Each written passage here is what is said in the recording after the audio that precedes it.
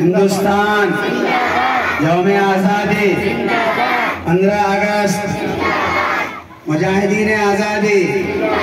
हज़रत मौलाना अबुल कलाम आज़ाद महात्मा गांधी जी नेहरू जवाहरलाल नेहरू हज़रत मौलाना मोहम्मद अली जौहर हज़रत मुफ्ती महमूद उल हसन साहब देवबंदी रहमतुल्लाह अलैह हज़रत कासिम साहब नानोतवी